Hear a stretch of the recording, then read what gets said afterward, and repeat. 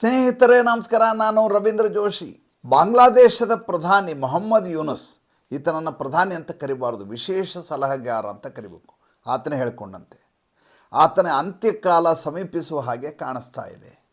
ಅಂದರೆ ಈಗ ಎಲ್ಲ ಸಾಮಾಜಿಕ ಜಾಲತಾಣದಲ್ಲಿ ಬ್ರೇಕಿಂಗ್ ನ್ಯೂಸ್ ಆಗಿ ಎಲ್ಲ ಕಡೆ ಸುದ್ದಿ ಆಗ್ತಾ ಇರೋದೇನೆಂದರೆ ಈತ ರಾಜೀನಾಮೆಯನ್ನು ಕೊಟ್ಟಿದ್ದಾನೆ. ಈತ ಬಂದದ್ದೇ ಅಸಂವಿಧಾನಿಕವಾಗಿ, ಅದು ಬೇರೆ ವಿಚಾರ. ಏಕೆಂದರೆ ಯಾವ ಶೇಖ್ ಹಸೀನಾರನ್ನು ಬಾಂಗ್ಲಾದೇಶದಿಂದ ಖುದ್ದಾಗಿ ಓಡಿಸಲಾಗುತ್ತದೆಯೋ ಭಾರತಕ್ಕೆ, ಆಕೆಯ ರಾಜೀನಾಮೆಯನ್ನು ಪಡೆಯದೆ, ಆಕೆ ರಾಷ್ಟ್ರವನ್ನು ಉದ್ದೇಶಿಸಿ ಭಾಷಣ ಮಾಡಲಿಕ್ಕೂ ಅವಕಾಶ ಕೊಡದೆ, ಆ ಸ್ಥಾನದಲ್ಲಿ ಜೈಲಿನಲ್ಲಿದ್ದಂಥ ಈ ಮೊಹಮ್ಮದ್ ಯೂನುಸ್ನನ್ನು ಕರ್ಕೊಂಬಂದು ಕೂರಿಸಲಾಗತ್ತೆ.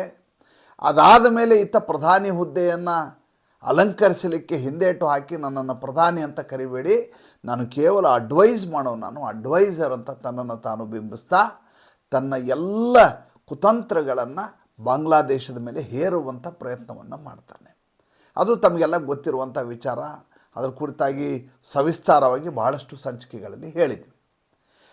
ಈಗ ಇದ್ದಕ್ಕಿದ್ದ ಹಾಗೆ ಬಾಂಗ್ಲಾದೇಶದಲ್ಲಿ ಈ ರೀತಿಯದಾದಂಥ ರಾಜಕೀಯ ಮನ್ವಂತರದ ಸಾಧ್ಯತೆ ಯಾಕೆ, ಆ ಅಂಶಗಳನ್ನು ಹೇಳ್ತೀನಿ. ಮೊದಲನೇದಾಗಿ ಈತ ಬಂದ ಮೇಲೆ ಆದಂಥ ವಿದ್ಯಮಾನಗಳೇನು ಅಂತ ನೋಡಿ. ಈತ ಬಂದ ಮೇಲೆ ಭಾರತ ಮತ್ತು ಬಾಂಗ್ಲಾದೇಶದ ಪರಿಸ್ಥಿತಿ ಸಂಪೂರ್ಣವಾಗಿ ಹದಗೆಟ್ಟು ಹೋಯಿತು. ಎರಡನೇದಾಗಿ ಭಾರತದ ವಿರುದ್ಧ ಈತ ಚೈನಾದ ಜೊತೆ ಕೈ ಜೋಡಿಸಿ ಕುತಂತ್ರವನ್ನು ಮಾಡಿ ನಮ್ಮ ಚಿಕನ್ ನೆಕ್ಕನ್ನು ಕತ್ತರಿಸುವಂಥ ಸಲಹೆಯನ್ನು, ಉಪದೇಶವನ್ನು ಚೈನಾಗೆ ಈತ ಕೊಡ್ತಾನೆ. ಅದು ಭಾರತ ಪಾಯಿಂಟ್ ಮಾಡಿಟ್ಕೋತದೆ. ಮೂರನೇದಾಗಿ ಈತ ಅಲ್ಲಿರುವಂಥ ಅಲ್ಪಸಂಖ್ಯಾತರ ಮೇಲೆ ನಿರಂತರವಾಗಿ ದಾಳಿ ಮಾಡ್ತಾ ಅಲ್ಲಿ ಮತಾಂಧ ಮುಸಲ್ಮಾನರನ್ನು ಖುಷಿಪಡಿಸುವ ಪ್ರಯತ್ನವನ್ನು ಮಾಡ್ತಾನೆ.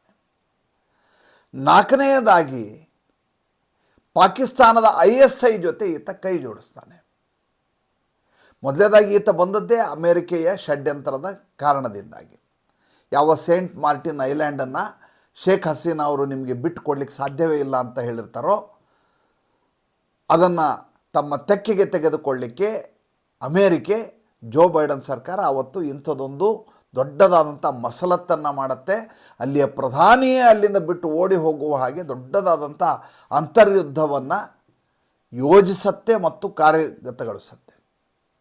ಆಮೇಲೆ ತಮ್ಮ ಬ್ರೋಕರ್ನ ತಂದು, ತಮ್ಮ ಏಜೆಂಟ್ನನ್ನು ತಂದು ಅಲ್ಲಿ ಕೂರಿಸತ್ತೆ. ಈತನಿಗೆ ನೊಬೆಲ್ ಪ್ರಶಸ್ತಿ ಬೇರೆ. ಯಾವ ವಿಷಯಕ್ಕೆ? ಈತ ಮೈಕ್ರೋ ಫೈನಾನ್ಸ್ನ ಪಿತಾಮಹ ಅಂತೆ. ನೋಡಿ, ಮಜಾ ನೋಡಿ. ಭಾರತದಲ್ಲಿ ಗ್ರಾಮೀಣ ಬ್ಯಾಂಕ್ ಅನ್ನುವಂಥ ಅದ್ಭುತವಾದಂಥ ಆರ್ಥಿಕ ಕ್ರಾಂತಿ ಯಾವುದೇ ಸದ್ದಿಲ್ಲದೆ ನಡೆಯುವ ಸಂದರ್ಭದಲ್ಲಿ ಈತ ವೈಶ್ವಿಕ ಮಟ್ಟದಲ್ಲಿ ತಾನೊಬ್ಬ ಮೈಕ್ರೋ ಫೈನಾನ್ಸ್ನ ಪಿತಾಮಹ ಅಂತ ತನ್ನನ್ನು ತಾನು ಬಿಂಬಿಸಿಕೊಳ್ಳೋ ಪ್ರಯತ್ನ ಮಾಡ್ತಾನೆ. ಈತನಿಗೆ ನೊಬೆಲ್ ಪ್ರೈಸ್ ಕೂಡ ಕೊಟ್ಬಿಡ್ತಾರೆ. ಅದಾದ ಮೇಲೆ ಈತನನ್ನು ಇಟ್ಕೊಂಡು ಬಾಂಗ್ಲಾದೇಶದ ಮೇಲೆ ಹಿಡಿತ ಸಾಧಿಸಬೇಕು ಅಂತ ಎಲ್ಲ ಡೀಪ್ ಸ್ಟೇಟು ಕೆಲಸ ಮಾಡಲಿಕ್ಕೆ ಶುರು ಮಾಡುತ್ತೆ. ಈತ ಯಾರು ಅನ್ನವನ್ನು ಹಾಕಿದ್ರಲ್ಲ, ಇಸ್ಕಾನ್ನವರು ಸಂಗೀತ ಕಚೇರಿ ಮಾಡಿ ಇವರಿಗಾಗಿ ಅನ್ನವನ್ನು ಬಡಿಸ್ತಾರೆ, ಈ ಮುಸಲ್ಮಾನರಿಗಾಗಿ ಇಸ್ಕಾನ್ನವರು. ಅಂಥ ಇಸ್ಕಾನ್ನ ಬೃಹತ್ ದೇಗುಲವನ್ನು ಧ್ವಂಸ ಮಾಡಿದಂಥ ಕೀರ್ತಿ ಈತನಿಗೆ, ಅಪಕೀರ್ತಿ ಈತನಿಗೆ ಸಲ್ಲುತ್ತದೆ. ಮತ್ತು ಅಲ್ಲಿಯ ಸ್ವಾಮೀಜಿ ಇದಾರಲ್ಲ, ಅವ್ರನ್ನ ಜೈಲಿಗೆ ಅಟ್ಟಿದಂಥ ಅಪಕೀರ್ತಿ ಈತನಿಗೆ ಸಲ್ಲುತ್ತದೆ.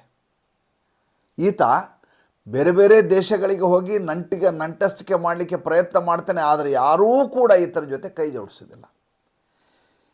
ಹೇಗೆ ಇಲ್ಲಿ ಆಸಿಮ್ ಮುನಿರ್ದಾನಲ್ಲ ಪಾಕಿಸ್ತಾನದಲ್ಲಿ ಜನರಲ್ ಅಂತೇಳಿ, ಆ ರೀತಿ ಇಲ್ಲಿ ಜನರಲ್ ಜಮಾನ್ ಅಂತ ಇದ್ದಾನೆ ಬಾಂಗ್ಲಾದೇಶದಲ್ಲಿ. ಈ ಜನರಲ್ ಜಮಾನ್ ನಿನ್ನೆ ಒಂದು ಹೇಳಿಕೆಯನ್ನು ಕೊಟ್ಟಿದ್ದಾರೆ. ಪದೇ ಪದೇ ಹೇಳ್ತಾ ಇರ್ತಾರೆ. ನಿನ್ನೆ ಭಾಳ ಒತ್ತಡದಲ್ಲಿ ಹೇಳಿದ್ದಾರೆ. ಏನಂದರೆ, ಬಾಂಗ್ಲಾದೇಶದ ಜನ ಚುನಾವಣೆಯ ಮೂಲಕ ತಮ್ಮ ಪ್ರತಿನಿಧಿಯನ್ನು ಆಯ್ಕೆ ಮಾಡಲಿಕ್ಕೆ ಬಯಸ್ತಾರೆ. ಆ ರೀತಿ ಚುನಾವಣೆಯನ್ನು ಈ ಮೊಹಮ್ಮದ್ ಯೂನುಸ್ ಮಾಡದೆ ಹೋದರೆ ನಾವು ಸೇನೆಯವರು ಇದನ್ನು ಟೇಕ್ ಓವರ್ ಮಾಡಬೇಕಾದಂಥ ಅನಿವಾರ್ಯತೆ ಬರುತ್ತೆ. ಅಂದರೆ ಸೇನೆ ಸರ್ಕಾರವನ್ನು ತನ್ನ ತೆಕ್ಕೆಗೆ ತೆಗೆದುಕೊಳ್ಳಿಕ್ಕೆ ಆಲ್ರೆಡಿ ಸನ್ನದ್ಧ ಆಗಿಬಿಟ್ಟಿದೆ. ಮೊದಲನೇದಾಗಿ ಈಗ ಅಲ್ಲಿ ಪಾರುಪತ್ಯವನ್ನು ಮಾಡ್ತಾ ಇರೋದೇ ಸೈನ್ಯ. ಅದ್ರ ಬಗ್ಗೆ ಅನುಮಾನವೇ ಬೇಕಾಗಿಲ್ಲ. ಈತ ಕೇವಲ ಮತ್ತು ಕೇವಲ ಸೂತ್ರದ ಗೊಂಬೆ. ಆದರೆ ಚುನಾವಣೆ ಆಗಬೇಕು ಅಂತ ಹೇಳುವಂಥ ಅವರ ಧೋರಣೆಗೆ ಈತ ತದ್ವಿರುದ್ಧವಾಗಿ ನಡ್ಕೋತಾ ಇದ್ದಾನೆ. ಈತ ಮೊದಲು ಹೇಳ್ದ ಡಿಸೆಂಬರ್ 2024 ಒಳಗಾಗಿ ಚುನಾವಣೆಯನ್ನು ಮಾಡ್ತೀನಿ ಅಂತ ಹೇಳ್ದ. ಮಾಡಲಿಲ್ಲ. ಮೇ 2025 ಯಾವುದೇ ಕಾರಣಕ್ಕೂ ಫಲಿತಾಂಶಗಳು ಬಂದು ಬಿಡಬೇಕು, ಮಾಡೇ ಮಾಡ್ತೀನಿ ಅಂತ ಹೇಳ್ದ. ಮಾಡಲಿಲ್ಲ. ಈಗ ಡಿಸೆಂಬರ್ 2025 ಚುನಾವಣೆಯನ್ನು ಮಾಡೋಣ ಅಂತ ಈತ ಮುದ್ದತ್ತು ಮೇಲೆ ಮುದ್ದತ್ತು ಹಾಕ್ತಾ ಇದ್ದಾನೆ. ಈ ಮಧ್ಯೆ ಖಲೀದಾ ಜಿಯಾ UK ವಾಪಸ್ ಬಂದಿದ್ದಾರೆ. ನೋಡಿ, ಒಂದು ಕಡೆ ಶೇಖ್ ಹಸೀನಾ, ಮತ್ತೊಂದು ಕಡೆ ಖಲೀದಾ ಜಿಯಾ.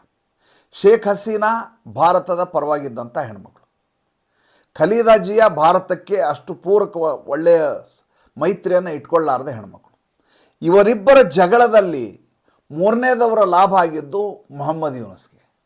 ಈಗ ಖಲೀದಾ ಜಿಯಾಗೆ ಬುದ್ಧಿ ಭೇಟಿಯಾಗಿದೆ. ನಾವು ಶೇಖ್ ಹಸೀನಾರನ್ನು ಈ ರೀತಿ ಕಳಿಸುವ ಮೂಲಕ ನಮ್ಮ ಸಂಪೂರ್ಣವಾದ ನಿಯಂತ್ರಣವನ್ನು ಕಳ್ಕೊಂಡ್ಬಿಟ್ಟಿದ್ದೀವಿ.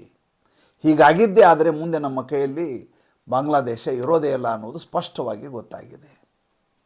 ಒಂದು ಕಾಲಕ್ಕೆ ರೈಸಿಂಗ್ ಎಕಾನಮಿ ಅಂತ ಹೆಸರಿದ್ದಂಥ ಬಾಂಗ್ಲಾದೇಶ ಜಗತ್ತಿಗೆ ಟೆಕ್ಸ್ಟೈಲ್ ಇಂಡಸ್ಟ್ರಿ ಮೂಲಕ ಬಟ್ಟೆಗಳನ್ನು ರಫ್ತು ಮಾಡ್ತಾ ಇದ್ದಂಥ ಹ್ಯಾಪಿಯೆಸ್ಟ್ ಕಂಟ್ರಿ ಲಿಸ್ಟ್ನಲ್ಲಿದ್ದಂಥ ದೇಶ ಬಾಂಗ್ಲಾದೇಶ. ಇವತ್ತು ಯಾವ ಸ್ಥಿತಿಗೆ ಈತ ತನ್ನ ವಿದೇಶಾಂಗ ನೀತಿಯಿಂದ ಬಾಂಗ್ಲಾದೇಶವನ್ನು ತಂದಿದ್ದಾನೆ ಅಂದರೆ, ಭಾರತ ಇವರಿಗೆ ಕರೆಂಟ್ ಕೊಡ್ತಾ ಇಲ್ಲ, ಭಾರತ ಇಲ್ಲಿಂದ ಸಾಗಾಣಿಕೆಗೆ ಯಾವುದೇ ರೀತಿಯಾದಂಥ ಅವಕಾಶ ಮಾಡಿಕೊಡ್ತಾ ಇಲ್ಲ, ನಮ್ಮ ಟ್ರಕ್ಕುಗಳಲ್ಲಿ ಹೋಗ್ತಾ ಇಲ್ಲ, ನಮ್ಮ ತರಕಾರಿ ಹೋಗ್ತಾ ಇಲ್ಲ, ನಮ್ಮಿಂದ ಹೋಗಬೇಕಾದ ಹತ್ತಿ ಅಲ್ಲಿಗೆ ಹೋಗ್ತಾ ಇಲ್ಲ, ಟೆಕ್ಸ್ಟೈಲ್ ಇಂಡಸ್ಟ್ರಿ ಬೇಕಾದಂಥದ್ದು ಎಲ್ಲವನ್ನೂ ನಿಲ್ಲಿಸಲಾಗಿದೆ. ಪವರ್ ಸಪ್ಲೈ ಇಲ್ಲ, ನೀರಿನ ಸಪ್ಲೈ ಇಲ್ಲ, ಟೆಕ್ಸ್ಟೈಲ್ ಇಂಡಸ್ಟ್ರಿ 70% ಮುಚ್ಚೋಗಿದೆ. ಇನ್ಫ್ಲೇಷನ್ ರೇಟ್ 13.6% ಆಗಿದೆ. ದೇಶದಲ್ಲಿ ಬೆಲೆ ಏರಿಕೆ ಸಿಕ್ಕಾಪಟ್ಟೆ ಏರಿದೆ. ಈಗ ಅಲ್ಲಿಯ ಜನರಿಗೆ ಗೊತ್ತಾಗಿದೆ, ಈ ಮೊಹಮ್ಮದ್ ಯೂನಸ್ಸನ್ನು ಇಟ್ಕೊಂಡ್ಬಿಟ್ರೆ ನಾವು ಭಿಕ್ಷಾ ಪಾತ್ರೆ ಹಿಡ್ಕೊಂಡು ಓಡಾಡಬೇಕು. ಇದನ್ನು ಈ ಜಮಾನ್ ಎನ್ನುವಂಥ ಅಲ್ಲಿಯ ಸೇನೆಯ ಜನರಲ್ ಕೂಡ ಅರ್ಥ ಮಾಡ್ಕೊತಾನೆ. ಅರ್ಥ ಮಾಡಿಕೊಂಡು ಹೇಗಾದರೂ ಮಾಡಿ ಈತನನ್ನು ಪಲ್ಲಟಗೊಳಿಸಬೇಕು. ಒಂದೋ ಈತನನ್ನು ಜೈಲಿಗಟ್ಟಬೇಕು, ಇಲ್ಲ ಈತನಿಂದ ರಾಜೀನಾಮೆ ಪಡೆದು ಚುನಾವಣೆಗೆ ದಿನಾಂಕವನ್ನು ಘೋಷಣೆ ಮಾಡಿಸಬೇಕು. ಅಮೇರಿಕೆಯ ಲೆಕ್ಕಾಚಾರ ಏನಿತ್ತು? ಅಮೇರಿಕೆಯ ಲೆಕ್ಕಾಚಾರ ಇತ್ತು, ತಮಗೆ ಸೇಂಟ್ ಮಾರ್ಟಿನ್ ಐಲ್ಯಾಂಡು ತಮ್ಮ ತೆಕ್ಕೆಗೆ ತೆಗೆದುಕೊಳ್ಳಬೇಕು ಅಂತ ಇತ್ತು. ಆ ಕೆಲಸವನ್ನು ಅವರು ಸಾಧಿಸಿದ್ದಾರೆ. ಈಗ ಅಲ್ಲಿ ಯುದ್ಧಾಭ್ಯಾಸ ನಡೀತಾ ಇದೆ. ಈಗ ಅವರು ಈತನನ್ನು ಓಲೈಸ್ಕೊಂಡಿರಬೇಕಾದ ಅಗತ್ಯ ಇಲ್ಲ, ಮೊಹಮ್ಮದ್ ಯೂನಸ್ನನ್ನು ಓಲೈಸ್ಕೊಂಡಿರಬೇಕಾದ ಅಗತ್ಯ ಇಲ್ಲ. ಡೊನಾಲ್ಡ್ ಟ್ರಂಪ್ ತಾನು ರಾಷ್ಟ್ರಾಧ್ಯಕ್ಷ ಆದ ತಕ್ಷಣ ಹೇಳಿದಂಥ ಮೊದಲ ಹೇಳಿಕೆ ಏನಪ್ಪ ಅಂತಂದರೆ, ಬಾಂಗ್ಲಾದೇಶದಲ್ಲಿ ಅಲ್ಪಸಂಖ್ಯಾತರ ಮೇಲೆ ನಡೀತಾ ಇರುವಂಥ ದಾಳಿಯನ್ನು ಅಮೇರಿಕೆ ಖಂಡಿಸುತ್ತದೆ, ಇದನ್ನು ತಕ್ಷಣದಲ್ಲಿ ನಿಲ್ಲಿಸಬೇಕು ಅಂತ ಅಲ್ಲಿಂದನೇ ವಾರ್ನಿಂಗ್ ಕೊಟ್ಟಿದ್ರು. ನೋಡಿ, ಇದನ್ನು ಅವರು ವಾರ್ನಿಂಗ್ ಕೊಡಬೇಕಾದ ಅಗತ್ಯವೇ ಇರಲಿಲ್ಲ. ಮತ್ತು ನರೇಂದ್ರ ಮೋದಿ ಈ ರೀತಿ ಹೇಳಿ ಅಂತ ಹೇಳಿಲ್ಲ, ಅಥವಾ ಇಬ್ಬರು ಕೂಡಿ ಕುತ್ಕೊಂಡು ಒಂದು ಕಡೆ ಚರ್ಚೆ ಮಾಡಿ ಅದಾದಮೇಲೆ ಪತ್ರಿಕಾಗೋಷ್ಠಿಯಲ್ಲಿ ಹೇಳಿದ್ದಲ್ಲ. ತನಗೆ ತಾನೇ ಈ ಮಾತನ್ನು ಡೊನಾಲ್ಡ್ ಟ್ರಂಪ್ ಅವತ್ತಿನ ದಿವಸ ಆಡಿದ್ದು. ಅವತ್ತೇ ಇವರ ಅಂತಿಮ ಕ್ರಿಯೆಗೆ ತಯಾರಿ ಕೂಡ ನಡೆದಿರ್ತದೆ ಬಾಂಗ್ಲಾದೇಶದಲ್ಲಿ. ಬಾಂಗ್ಲಾದೇಶದ ಅತಿ ದೊಡ್ಡ ಸಮಸ್ಯೆ ಏನಂದರೆ, ಅಲ್ಲಿ ವಿದ್ಯಾರ್ಥಿ ಸಂಘಟನೆ ಹೆಸರಿನಲ್ಲಿ ಅಲ್ಲಿಯ ಜಮಾತ್ ಏನಿದೆಯಲ್ಲ, ಮುಸಲ್ಮಾನ ಮತಾಂಧರ ಏನಿದಾರಲ್ಲ, ರಾತ್ರೋರಾತ್ರಿ ಗೃಹ ಕಲಹವನ್ನು ಶುರು ಮಾಡ್ತಾರೆ, ಅಂತರ್ಯುದ್ಧವನ್ನು ಶುರು ಮಾಡ್ತಾರೆ. ಇಡೀ ದೇಶದ ಆಸ್ತಿ ಪಾಸ್ತಿಗಳನ್ನೆಲ್ಲ ಲೂಟಿ ಮಾಡಿ ಹಾಕಿಬಿಡ್ತಾರೆ. ದೇಶ ಅರಾಜಕತೆ ಸ್ಥಿತಿಗೆ ಹೋಗ್ಬಿಡುತ್ತೆ. ಸರ್ಕಾರ ಅದನ್ನು ಕಂಟ್ರೋಲಿಗೆ ತರಲಾರದಂಥ ಸ್ಥಿತಿಗೆ ಹೋಗ್ಬಿಡುತ್ತೆ. ಅಂಥದ್ದೊಂದು ಮತ್ತೊಂದು ಅವಘಡ ಆಗಬಾರ್ದು ಅಂತ ಈ ಜಮಾನ್ ನಿಲ್ಲದ ಹಾಗೆ ಪ್ರಯತ್ನ ಮಾಡ್ತಾ ಇದ್ದಾನೆ. ಇನ್ನು ಇದಕ್ಕೆ ಭಾರತ ಸರ್ಕಾರದ ಆಲೋಚನೆ ಏನು? ಭಾರತ ಸರ್ಕಾರ ಭಾಳ ಸ್ಪಷ್ಟವಾಗಿ ತಟಸ್ಥ ಧೋರಣೆಯ ಮೂಲಕ ಬಾಂಗ್ಲಾದೇಶಕ್ಕೆ ಏನೇನು ಮಾಡಬೇಕು ಎಲ್ಲವನ್ನು ಮಾಡ್ತಾ ಇದ್ದಾರೆ. ಒಂದಷ್ಟು ಉದಾಹರಣೆ ಹೇಳಿಬಿಡ್ತೇನೆ, ಆವಾಗ ಭಾರತ ದೇಶದ ನಿಲುವು ಹೇಗಿರುತ್ತೆ ಯೋಚನೆ ಮಾಡಿ. CIA ಸಂದರ್ಭದಲ್ಲಿ ಮಲೇಷಿಯಾದ ಸುಲ್ತಾನ, ಅಲ್ಲಿಯ ರಾಜ ಹೇಳಿಕೆಯನ್ನು ಕೊಡ್ತಾನೆ, ಭಾರತದಲ್ಲಿ ಈ ರೀತಿಯಾದಂಥ ಅರಾಜಕತೆಯನ್ನು ನಾನು ಸಹಿಸುವುದಿಲ್ಲ ಅಂತ. ಮಲೇಷಿಯಾ ಇರೋದು ಇಷ್ಟಿದೆ ರೀ, ಒಂದು 5 ರಾಜ್ಯ, 5 ವರ್ಷಕ್ಕೆ ಪರ್ಯಾಯ ಬರುವಂಥ ದೇಶ ಅದು, ಮುಸಲ್ಮಾನ ರಾಷ್ಟ್ರ. ಯಾವಾಗ ಈ ಮಾತನ್ನು ಆತ ಹೇಳ್ತಾನೋ ಮಲೇಷಿಯಾದ ಸುಲ್ತಾನು, ಹೇಳಿದ ತಕ್ಷಣ ಭಾರತ ಸರ್ಕಾರ ತಾನು ಆಮದು ಮಾಡ್ಕೋತಾ ಇದ್ದಂಥ ತಾಳೆ ಎಣ್ಣೆ ಏನಿದೆ, ಪಾಮ್ ಆಯಿಲ್ ಅಂತ ನಾವೇನು ಕರಿತೀವಿ, ಅದನ್ನು ಸಂಪೂರ್ಣವಾಗಿ ನಿಲ್ಲಿಸಿಬಿಡುತ್ತೆ. ಭಾಳ ದೊಡ್ಡದಾದಂಥ ರೆವಿನ್ಯೂ ಆ ದೇಶಕ್ಕೆ. ಭಾರತ ಅಂತ ಅತಿ ದೊಡ್ಡ ಮಾರುಕಟ್ಟೆ ರಾತ್ರೋರಾತ್ರಿ ಆಮದಿಗೆ ನಿರ್ಬಂಧವನ್ನೇ ಹೇರಿಬಿಡುತ್ತೆ. ಮಲೇಷಿಯಾದಲ್ಲಿ ಯಾವ ರೀತಿಯ ಸ್ಥಿತಿಯಾಗತ್ತೆ ಸರ್ಕಾರ ಅಂದರೆ, ನಡುಮಗ್ಗಿಸಿ ಭಾರತದ ಮುಂದೆ ಬಂದಿಲ್ಲಂತೆ, ನನ್ನಿಂದ ತಪ್ಪಾಗಿದೆ ಅಂತೇಳಿ. ಅದಾದಮೇಲೆ ಮಾಲ್ಡೀವ್ಸ್ ತಗೊಳ್ಳಿ. ಮುಯಿಝು ಅಂತೇಳಿ ಅಲ್ಲಿ ರಾಷ್ಟ್ರಾಧ್ಯಕ್ಷ. ಭಾರತವನ್ನು ಹೊರ ಹಾಕ್ತೀನಿ ಅಂತ, ಭಾರತೀಯರನ್ನು ಹೊರ ಹಾಕ್ತೀನಿ ಅಂತ ಹೇಳಿಕೆ ಕೊಟ್ಟು ಚುನಾವಣೆಯನ್ನು ಎದುರಿಸಿರೋ ಮನುಷ್ಯ. ಇವರ ಸೈನ್ಯದ ತುಕಡಿ ಕೂಡ ನಮ್ಮಲ್ಲಿರಬಾರ್ದು ಅಂತ ಆತ ಹೇಳಿರ್ತಾನೆ. ಚುನಾವಣೆಯಲ್ಲಿ ಏನೋ ಗೆಲ್ತಾನೆ. ಗೆದ್ದಾದ ಮೇಲೆ ಭಾರತದ ವಿದೇಶಾಂಗ ನೀತಿಯಿಂದಾಗಿ ಆತ ಯಾವ ಸ್ಥಿತಿಗೆ ಬಂದು ನಿಲ್ತಾನೆ ಅಂತಂದರೆ ಭಿಕ್ಷೆ ಬೇಡುವ ಪರಿಸ್ಥಿತಿಗೆ ಬರ್ತಾನೆ. ಇನ್ನು ಜಸ್ಟಿನ್ ಟ್ರೂಡೋ ಕೇವಲ ಮತ್ತು ಕೇವಲ ನಿಜ್ಜರ್ ಎನ್ನುವಂಥ ಒಬ್ಬ ಉಗ್ರನನ್ನು ಹೊಡೆದದ್ದಕ್ಕೆ ಭಾರತವನ್ನು ಕಾರಣ ಮಾಡ್ತಾನೆ. ಭಾರತದವರೇ ಆತನನ್ನು ಹೊಡೆದಿದ್ದೀರಿ ಅಂತ. ಅಷ್ಟೇ ಅಲ್ಲ, ನಮ್ಮಲ್ಲಿ ನಡೆಯುವಂಥ ರೈತರ ಹೋರಾಟ ಏನು ನಡೀತಾ ಇರುತ್ತೆ ಅದಕ್ಕೆ ನ್ಯಾಯಯುತವಾದ ಪರಿಹಾರ ನೀಡಬೇಕು ಅಂತ ಆತ ಅಲ್ಲಿ ಕೂತ್ಕೊಂಡು ಹೇಳ್ತಾನೆ. ಭಾರತದ ಆಂತರಿಕ ವಿಚಾರದಲ್ಲಿ ಈ ಜಸ್ಟಿನ್ ಟ್ರೂಡೋ ತಲೆ ಹಾಕೋದು. ಕೊನೆಗೆ ಸ್ಥಿತಿ ಹೇಗೆ ಬರುತ್ತೆ ಅಂದರೆ ಆತನ ವಿರುದ್ಧವೇ ಬಂಡಾಯ ಆಗತ್ತೆ, ಆತ ಪದಚ್ಯುತನಾಗ್ತಾನೆ. ಮೊದಲೇದು ನಿಮಗೆ ಮಲೇಷ್ಯಾದ್ದು ಹೇಳಿದೆ, ಮಾಲ್ಡೀವ್ಸ್ದು ಹೇಳಿದೆ, ಈಗ ಕೆನಡಾದ್ದು ಹೇಳಿದೆ, ಇನ್ನು ಉಳಿದದ್ದು ಟರ್ಕಿಯ ಎರ್ಡೋಗಾನ್ ಯಾವ ಸ್ಥಿತಿಗೆ ಬಂದಿದ್ದಾನೆ ಅಂದರೆ ಇಟ್ ಈಸ್ ಬಾಯ್ಲಿಂಗ್. ಟರ್ಕಿ ಅನ್ನೋದು ಬಾಯ್ಲ್ ಆಗ್ತಾ ಇದೆ. ಹಣದುಬ್ಬರ ಇನ್ನಿಲ್ಲದ ಹಾಗೆ ಏರಿದೆ.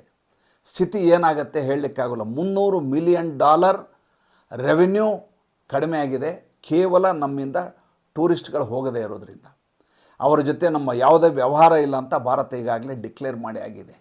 ಇನ್ನು ಬಾಂಗ್ಲಾದೇಶ ಯಾವ ಲೆಕ್ಕ ರೀ ನಮಗೆ? ಮೊಹಮ್ಮದ್ ಯೂನುಸ್ ಆ ಕುರ್ಚಿಯಲ್ಲಿ ಕೂತ್ಕೊಳ್ಳಿಕ್ಕೆ ನಮ್ಮ ವಿದೇಶಾಂಗ ನೀತಿ ಬಿಡಲಿಕ್ಕೆ ಸಾಧ್ಯನಾ? ನಮ್ಮ ವಿರುದ್ಧ ಶತ್ರುತ್ವವನ್ನು ಮಾಡುವಂಥ ಯಾವನೂ ಕೂಡ ಅಕ್ಕಪಕ್ಕದಲ್ಲಿ ಪಟ್ಟಾಭಿಷೇಕ ಮಾಡಿಸಿಕೊಳ್ಳುವ ಹಾಗಿಲ್ಲ. ಅದು ಭಾರತದ ನೀತಿ, ಚಾಣಕ್ಯ ನೀತಿ. ಮತ್ತೆ ಮುಂದಿನ ಸಂಚಿಕೆಯಲ್ಲಿ ಮಾತಾಡ್ತೀನಿ. ಸಂಚಿಕೆ ಇಷ್ಟ ಆಗಿದ್ದರೆ ಲೈಕ್ ಮಾಡಿ, ಫಾಲೋ ಮಾಡಿ, ಶೇರ್ ಮಾಡಿ. ದಯವಿಟ್ಟು ನಮ್ಮ ಮುಕ್ತ ಪತ್ರಿಕೋದ್ಯಮಕ್ಕೆ ಆರ್ಥಿಕವಾಗಿ ಬೆಂಗಾವಲಾಗಿ ನಮಸ್ಕಾರ.